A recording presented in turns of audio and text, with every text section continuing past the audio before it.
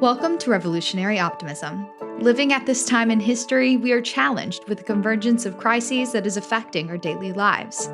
Issues like economic hardship, a teetering democracy, and the worsening climate emergency have left many Americans feeling more despair than ever. To respond to the challenging times we are living through, physician, humanitarian, and social justice advocate Dr. Paul Zeitz has identified revolutionary optimism as a new cure for hopelessness, despair, and cynicism. Once you commit yourself as a revolutionary optimist, you can bravely unleash your personal power, #unify with others, and accelerate action for our collective repair, justice, and peace. On this podcast, Dr. Zeitz is working to provide you with perspectives from leaders fighting for equity, justice, and peace, on their strategies, insights, and tools for overcoming adversity and driving forward revolutionary transformation with unbridled optimism and real-world pragmatism. In this episode, Dr. Zeitz is once again talking with Dr. Marcus Anthony Hunter, a distinguished author, sociologist, and professor at the University of California, Los Angeles. His expertise spans urban sociology, race and ethnicity, and social inequality. Marcus is the author of the new book, Radical Reparations: Healing the Soul of a Nation. Let's dive into a conversation that explores the vision of radical reparations and global perspectives on racial equity. Here's your host, Dr. Paul Zeitz. Welcome, Dr. Hunter. It's an honor to have you on my podcast again in 2024. How are you today? Hey, loving it. Thank you so much. I'm so happy to be back with you. I love the badge of love on your heart. Yeah, shout out to Ron Bass, the artist who did this collection that I love, and the yellow. As you know, I'm an optimist as well. For sure. You're one of my great mentors and inspirations. And I'm so excited to be with you today as you're launching your new book, Radical Reparations: Healing the Soul of a Nation. Thank you so much for this work that you created. And I would love to ask you to share a little bit about the book, and no spoiler alerts, please. Tease everyone into reading the book. And I want to ask more questions, because I've actually had the honor to read the book, and it's like working on me. So I wanted to explore some things that have come up for me. Yeah, no, thank you. Radical Reparations: Healing the Soul of a Nation is the culmination of over 15 years of scholarship, research, and also spiritual development and journey for myself, and finding the best way to do what the great sociologist Lauryn Hill says, to see this mixture with hip hop meets scripture, develop a negative into a positive picture. So how do I take something that people have negative feelings about, or is very divisive, like reparations, or people sort of already think they know what they know already. And in order to have a conversation about it, you have to go through a lot of painful truth and a painful, truthful awareness about our history of how we got here, the violence, the brutality, the human hierarchy that got us here. How do I do that in a way that is different and reflects, all of the things that I've said before, but also can reach as many people as possible? And so an activist that we've gotten a chance to know in our work together is Liz Medicine Crow, an Alaskan Indigenous woman who leads the Truth, Racial Healing, and Transformation fight in one of the reddest states in the United States. So it tells us what's possible. She has a proverb: the shortest distance between people is a story. And I think, that meant I had to write stories, and I had to do my research about what kind of stories I was going to write and go to those people who have done this before me and figure out the best way to tell alternate history where forms of reparations have happened, to anchor this idea that there are at least 7 forms of reparations: political, intellectual, legal, economic, spiritual, spatial, and social. And those piles of reparations are what's out there for us to all collectively manifest and make happen in this life. And how do I do that? How do I tell that and also tell the politics of our times and what's really going on and how I entered into it? So Radical Reparations, the book, is a reflection of all of those things. put into 5 chapters.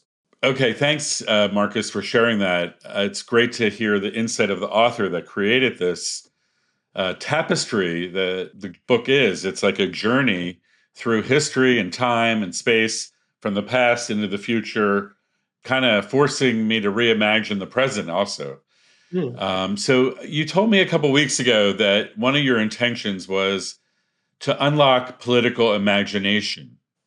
Mm-hmm. So you use parables in the book, and there's something about the use of parables and story, through from the Liz Medicine Crow teaching about the power of story.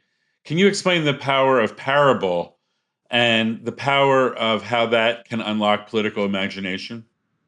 Yeah, when I realized I was going to have to come out of the closet as a storyteller who happens to also be a sociologist, I I then went to source information.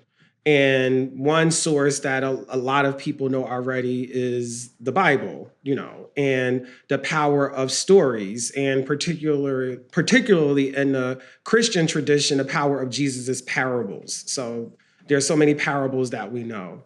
Then there's a legendary professor, law professor by trade, but I think he too, a sociologist and political scientist, Professor Derek Bell. And he has a Mm-hmm. book, Faces at the Bottom of the Well, and he has a series of parables that he tells, one of which uh, uh, inspired George Clinton to do what was called cosmic slop on the space traders idea, where aliens come to the United States and they say, we will give you, clean water. We will reverse all of the ice melting. We will make you rich. We'll give you everything that you need.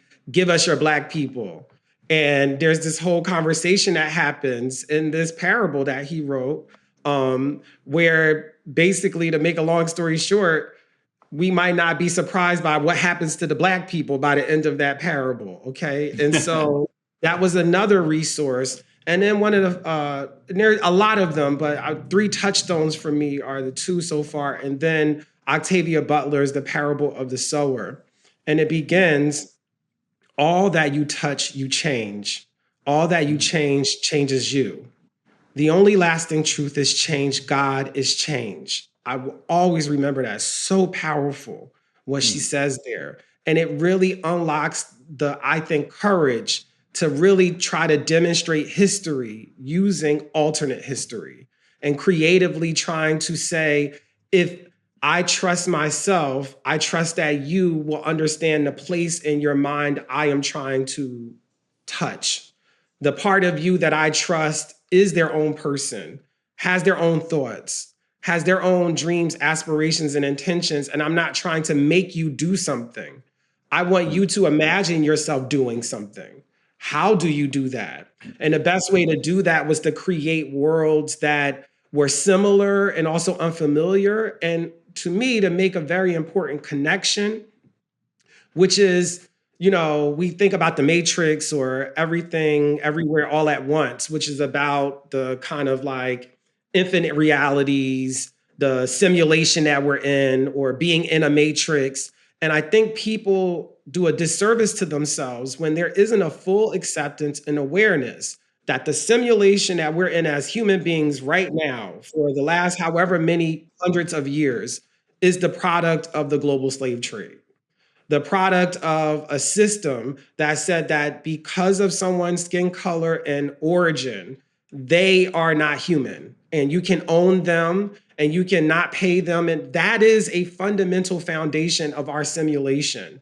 And I think if we can start seeing it as not just in America, but also in Africa, thinking about those 2 nodes in that story and how it spread so far, that we have to ask ourselves, why are we not leaning into the legacy of slavery to repair all that we need? Why are we not seeing it that way? So the parable is a way to tell stories that help, I think, point people in a direction of what if slavery is a premise? I was really struck on your point about linking the slavery to our times now and how the legacy of slavery is alive in our social, economic, and political systems, our reality. I think Yeah. you're calling our simulation our reality, right? I mean, Right. that's what Right. you're saying. Mm-hmm. So it's very much alive in our politics, in our economic and social systems right now. And globally, there are the global manifestations of this. Like you say, the lie that there's a hierarchy of human value based on skin color. That's a lie. We Right. have to dismantle that lie. That is not true. Well, I would say, first, shout out to Dr. Gail Christopher, always in Right. that conversation. But I will say something that might be a little bit challenging for folks who may not like this. But I am not as invested in dismantling. I think we have to be very mindful about the time and energy we have in this life while we're here. And if we spend all of that very precious resource called our time and energy in dismantling the tools of things that have oppressed or maligned us, what have we built? And that's what I think is important, is to really think about, for example, one of the most famous proverbs, the Audre Lorde, the master's tools will never dismantle the master's house. So dismantling. She's telling us, I think, something very significant there that doesn't get spoken about that much. One is the master's tools will never dismantle the master's house because he didn't build it. The master told the slaves what he wanted and they built it. So it's the tools of the oppressed that can do the work of creating a whole other reality. And so I think that sentence talks about dismantling as never, because that is not the object. That should not be the purpose or the focus. It should be building. Whenever the tribes of Israel return home, they always built a new wall. A new wall was built, the wall of Judah. You build a new one, as opposed to tearing down the thing that failed you. Like you build something bigger and better that at some point the other thing goes in such disrepair because no one's invested in that wall anymore. The new wall is glorious. So I think it's also pulling from that source material that says, what if the best way to dismantle something is to build something that towers over it and makes it in a shadow of what it once was. So that's also just something I believe on many levels. And I think is part of what you learn from the South Africa example. They did not dismantle South Africa. That could have happened. It could have been parceled off into a bunch of different, townships of their own statehood. A bunch of stuff could have happened. And it was this agreement to believe in a place called South Africa and to build forward from that. And I think that's important, I think, to mark and know at least about myself. Thank you so much for that perspective. And I totally agree with you about, the intention about building the new future and focusing on that and manifesting that, imagineering Yes. that, visioning that, then manifesting it. And Mhm. visioning plus manifesting is called imagineering. And I love so that. I think the book, really does that a lot. There, I was like really impressed by your storytelling. I was like, Oh, wow, thank you. this author really was very imaginative, and Thank you. it also seems so real to me because I have, I've been to all the places that you talked about, Mhm. the United States and the South and the North, and Mhm. you also go to Uganda and South Mhm. Africa and Israel, and I Mhm. think maybe the United Kingdom somewhere in there. I don't remember. Right. Yes. Uh-huh. Yeah, that's there as well. Uh-huh. Yep. I found that so interesting that the parables of all these stories that are, Mhm. some of them are they're transcending time and space. Some of them Yes. are moving fast. Some of them are long over, Right. long Mhm. blocks of time. Right. So yeah, Yeah, I think that I'm glad you say that because one of the uh one of the things that I wanted to play with, but also be intentional about why I was doing it was the aspect and concept of time. And part of it is because one of the few approximations we have for money that isn't cash, because one of my big points is that, true reparations is about more than money. And so then it's like, what are complements to money or things that we see synonymous with money? One of the only surviving phrases is time is money. So that means if I can do things with time, I'm showing you possibilities about what money is or is not, or what money can Oh, be. And oh. so, for I example, might when we have to think, reread the book with that in mind. and so That's when why you this think, show is so important, because you're giving right, us these pearls and frames. Like I have to reread the book now with that wisdom now. Okay. yeah. So that's a key technique in the work of that book, is the principle of time. And also to say, we also hear, for example, reparations is an idea whose time has come, or the time is now. And so to really think about what time is. So in one parable, the time is about, 2 weeks, to see a leader. And now something's been going on for over 100 years, but you're in 2 weeks' time with this place. And it is a substantial amount of time that you have as a reader. The next one is happening in 24 hours, as long in terms of page length as the previous story. And the last one is 200 years of time. You know, and to see how many different things are going on. And I think one of the things that I even, in my research and thinking about the history of apartheid and the importance of South Africa to telling a reparation story, because they are one of few nations that have courageously dared to lean into that, and try it out. And so they have some of their scars to show it, and learning from those things about South Africa, I thought, what better place to still teach us about, Africa, about what reparative justice is or isn't, for people to kind of figure out, like, oh, there was a place where there was no apartheid and apartheid happens. Like, what if you're living in a place and then the thing we identify as the most repressive regime happens? Like there was a period of life where it was not a part of your life. And so it dismantles your life when it comes. And I think that's another way to think about what we're repairing, and how to think about the global conversation. So time Yeah, is so that's why really, I was so struck by while I was reading this book. The book also goes to is like in West Africa and India too. I don't know if you know this, but I lived in Nigeria for a couple, few, period of my life. And I'm wearing a South African Mandela shirt in honor of Nelson Mandela and the freedom struggle that he was part of as a opportunity to garner the spirit of possibility from those successful movements that you're describing. The book also opened my heart to all the suffering. It was like it got personal.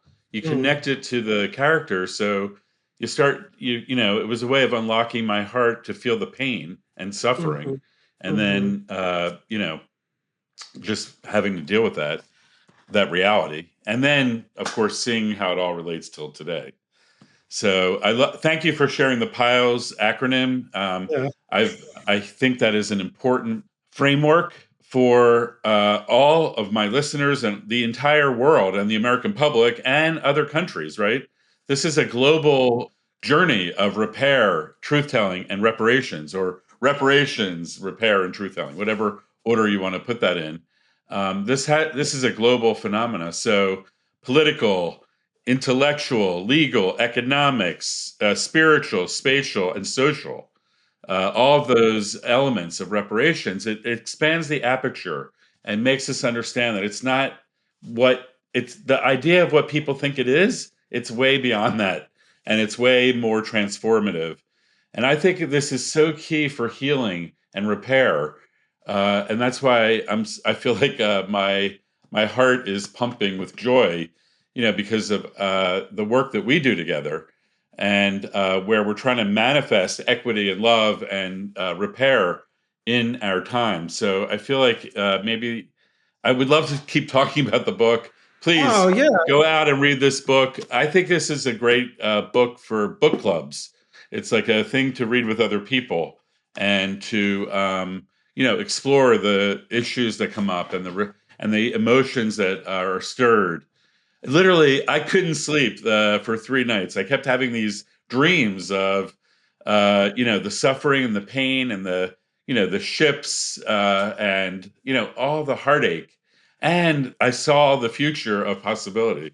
So it was really it stirred something in me that I'm still living into. Yeah, that's the goal because it then leans into, I hope, people looking at the landscape of our politics with a different lens, with what you were referred to as revolutionary optimism. That you have that in spite of the facts of some of the reality.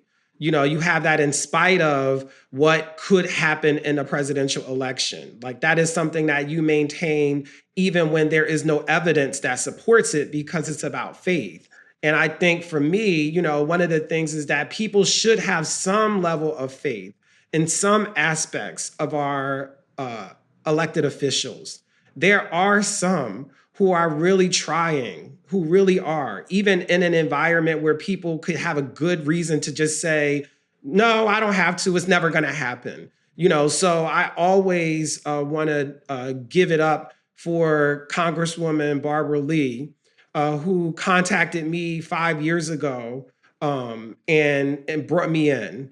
And she has stayed committed to it this entire time. And she's done it in a landscape where many people will have good reason to say, Donald Trump is president. We're not getting anything that's about racial equity happening, but she still introduced it when he was president. And then it could be, well, Joe Biden is in, it's all going to work out. We already have policies on the agenda. Let's just focus on those things. And for her to keep at it and keep encouraging us and then working with her colleagues, Jamal Bowman, Cori Bush, Sheila Jackson Lee, Jamie Raskin, Senator Booker, working with all of those people so that the drumbeat can still be rolling, even as she's running in a Senate race where she has an uphill climb in that race. She's still doing that. And I think for me, that's part of why the book ends in a space about this is where we are. And we're in a really fortunate place because during the glorious era of the civil rights movement, there was not this progressive slate of legislation already before Congress. That came on the other side of the massive demonstrations. We have a lot of progressive legislation around racial equity that was introduced and being reintroduced. We as people just don't know about it. We don't hear about it. That's not what we're told about. Instead, we're told about, Donald Trump berating the judge in this case, the Iowa caucuses where he's not showing up over here. Is Joe Biden in the basement or not? There's all of this distraction going on. And then there are people dying in multiple parts of the world, and there's not a sense of what we're doing about that. And so it's really like, oh, that's all we're being fed right now. And I thought if you encounter this book, I want you to be fed with another reality that there are people out here really trying to make that happen. And I see it in part as being something we can all get together in at the Equity March in June, on June 15th in DC, to have a big equity march where we demonstrate and gather together. My thought is maybe you've read this book and you're now figuring out, how do I meet other people who read it? How do I meet other people? Who are these people Marcus is talking about? Because I also talk about large groups of legislative agendas, like the Poor People's Campaign and the Third Reconstruction policy that they've been working on. These are things that I hope people encounter in the work and then want to come find those people and be in community with them or support them, because there's so many amazing people doing a lot of this work and it's just not making it into our media cycles. But I know it and I wanted to share it so that it doesn't just stay in the place of imagination, but imagine if you could marshal all of that inspiration you feel by imagining these places and pour it into the reality, pour it into what's happening now. And so that's what I would like to see people do. And also for people to not be always, or I should say it this way, to best combat the steady diet of distraction and misinformation about reparations. Like people really do see reparations sometimes as a prisoner's dilemma or a zero-sum game, and that's not the landscape. And if that is the landscape, we can collectively generate one that is more appealing and works better for us. We don't have to accept that in order for you to make right some part or element at your national story and do your healing, that cost everybody something. And last, I'll say just on the element of healing, any person who's ever been through any grief or trauma or physical injury, rarely ever is the healing part the part that people are looking forward to. Oh, I can't wait to be laid up in this cast for 8 months. I can't wait for that. Oh my gosh, put those braces in now and leave them in for 10 years. That part is never something that most people are looking forward to. But I have never heard a person who has been healed, who has been recovered, not tell you about a glorious experience in their heart that they have now. And so that's what I think about the healing part of the nation's soul, or any nation's soul. No nation is going to want to run into that. That's what the people are for. We have to push ourselves into it. But any person who's ever been healed from something, whether it be psychological or physical, has never reported anything other than positive things on the other side of that healing. So that's also what awaits us, is something we don't really want to do being the very best thing we could have ever done. And may it be so, my friend. It sounds like the work of those years into the book and all of your leadership in our racial equity political movement that you are leading with many other leaders.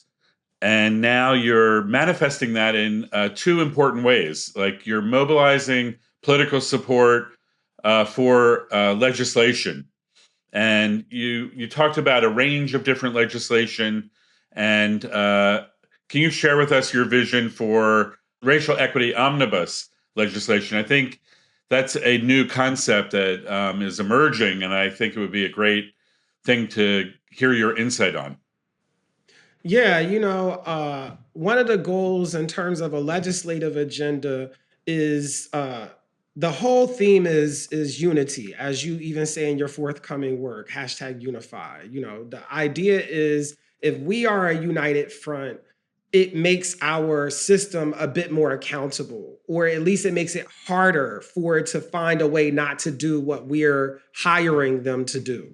And so rather than having us always all be siloed into these different policies, because for people who don't know, every policy that exists, there's a work group that is usually everyday folks activating around that, making that happen, working it through the process, encouraging the lead and working with the office to make sure that this keeps going. That all of those work groups have been working really, really, really hard, a lot. And that's exhausting. And so it's also an opportunity to reinvigorate each other, to be in community with each other, that as we go for our individual policies, or as those offices champion those individual components, that we develop something that puts together key features of all of those policies so that everybody gets something. Because as you know, in the system we have, if you can just plant a flag in it, it's easier to build on that than to build on nothing. Like, if you don't have a foundation or an anchor somewhere, it makes it harder to get other components. So it's an all or nothing game. And so it's to create a legislative opportunity, an option that we can advocate for around, that supports the pieces of what everybody else is doing under this idea of equity, which is exactly what got this president's administration into office and is likely going to play a role in convincing voters to vote it in yet again. So can you give us a brief of the major highlights of the equity legislative vision that you have? What would it include? Can you just give us the top 5 highlights?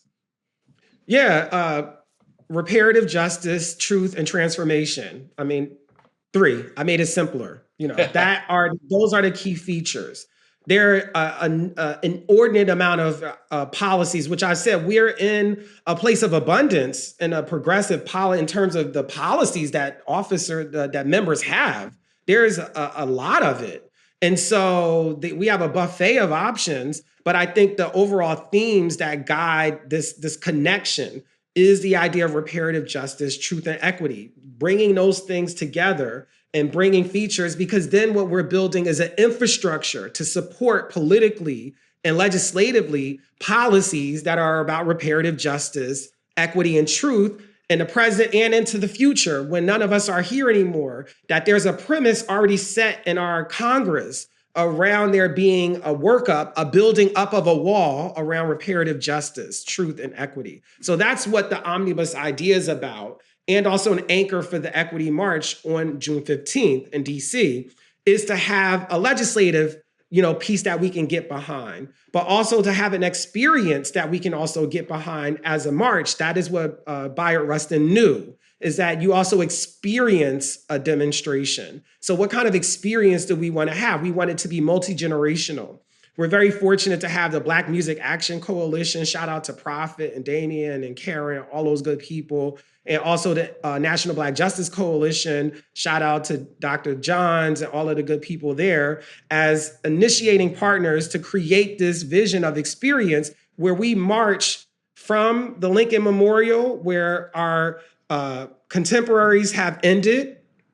That has been the ending point, is to start and then move forward into Black Lives Matter Plaza and be met with a music festival environment that integrates speakers and leaders with artists, and then to have people getting information while they're there, and all of that in the Juneteenth date, which is one of, I mark, only 2 policies that the administration has successfully executed legislation on, is a Juneteenth holiday. Shout out to Representative Sheila Jackson Lee. And then also Stop Asian Hate. That's it. So over 72 million people voted for you. Mr. Floyd and Ms. Taylor lost their lives and inspired people to vote for you. And they are still waiting for things. And I want that to be having its moment in the sun as an accountability measure for whoever we're voting for. Wow. So just everyone, June 15th, 2024 is the March for Equity that Marcus just described. For sure. Yeah. Equity March. Mm-hmm. And this is an opportunity to mobilize, rise, bring busloads, bring carful loads. And can you share your vision about there being equity marches across the country that day? If it exploded into the kind of movement that we need to bring forward your vision of repair and healing and equity, we need to mobilize a large population of people to say this is the time. Enough is enough. We're not waiting anymore. We want to demand action right now, right in the middle of the election season.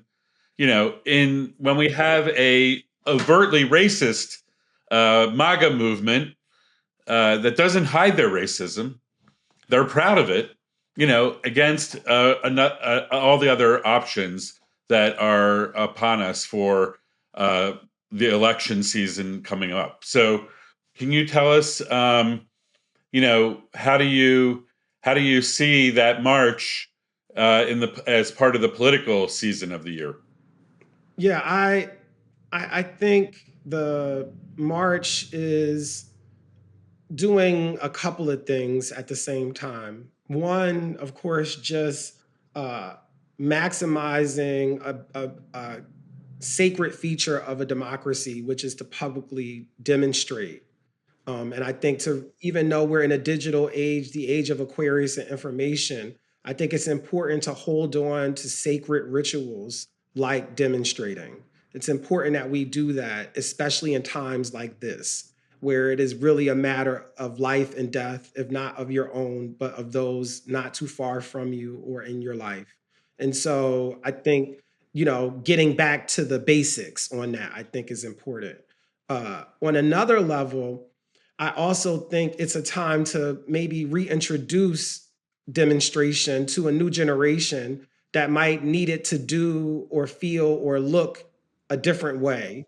And we now live in a place where we can intentionally include members of the LGBTQ plus community rather than how we know Bayard Rustin or Ella Baker were made to feel, or Made to Be Experienced or Audre Lorde or Marsha P. Johnson, that we can be intentional about being as inclusive as possible, because the future that we want has space for everybody, has prosperity for everybody. That's the future that I think, if you really get down to it, that's what we want. So that racism isn't something that we're having to tend to, which is sometimes my disposition around anti-racism. It's attending to racism.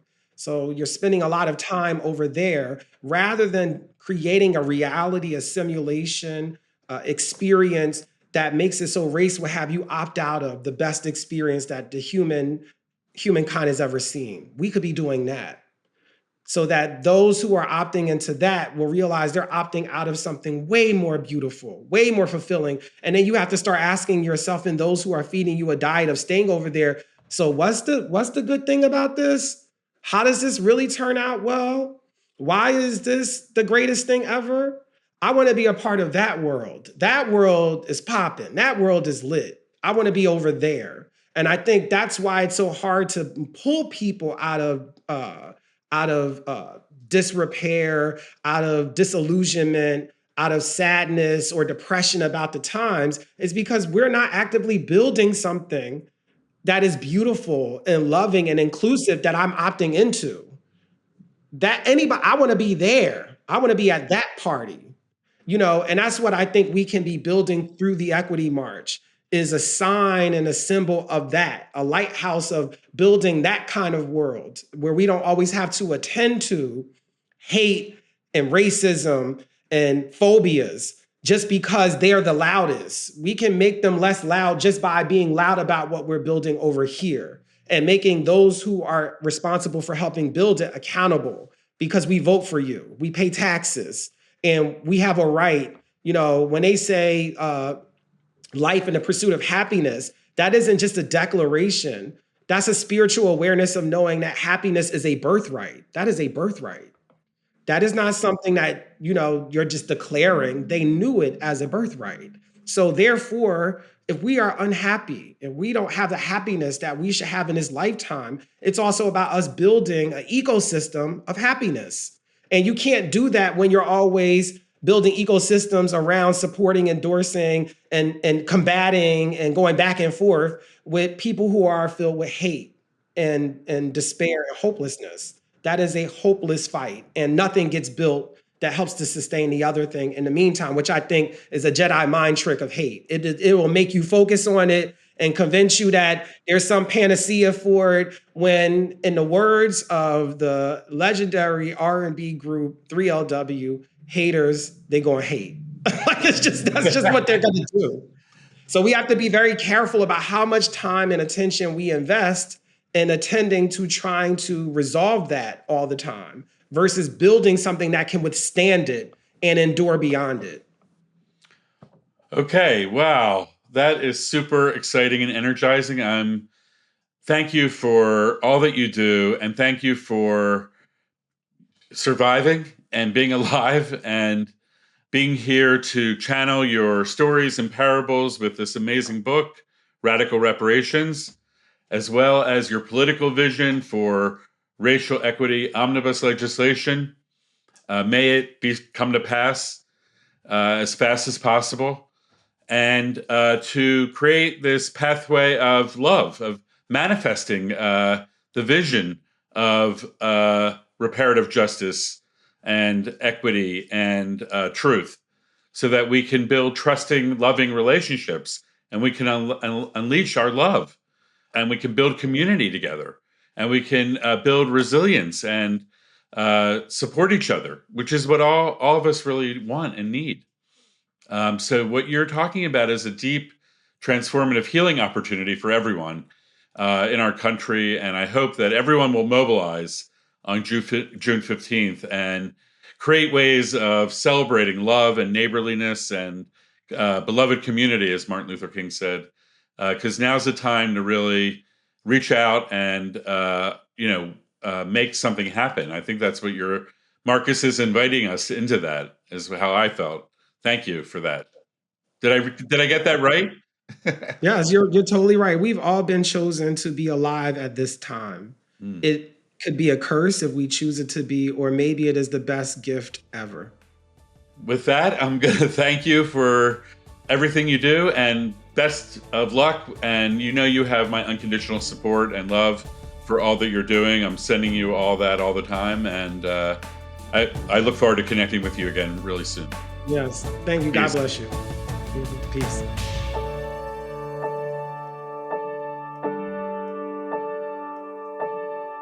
Thank you so much for listening to that amazing discussion with Professor Marcus Anthony Hunter. He is one of the leading revolutionary optimists that I've ever met. This man is producing creative books like Radical Reparations that is really working on me and enlightening me and actually helping me live into revolutionary optimism. So that's how good it is. And he is also leading efforts on Capitol Hill and with the administration to push for racial equity legislation to be passed. And also he has created a March for Equity, an equity march on June 15th, 2024, for people around the country to rise up and join together and build community of love and bring forward repair and equity. So I just so enthralled with all that Marcus is up to and honored to be in community with him. So I hope you'll read his book and you'll join the March for Equity as well. Peace. Have a great week.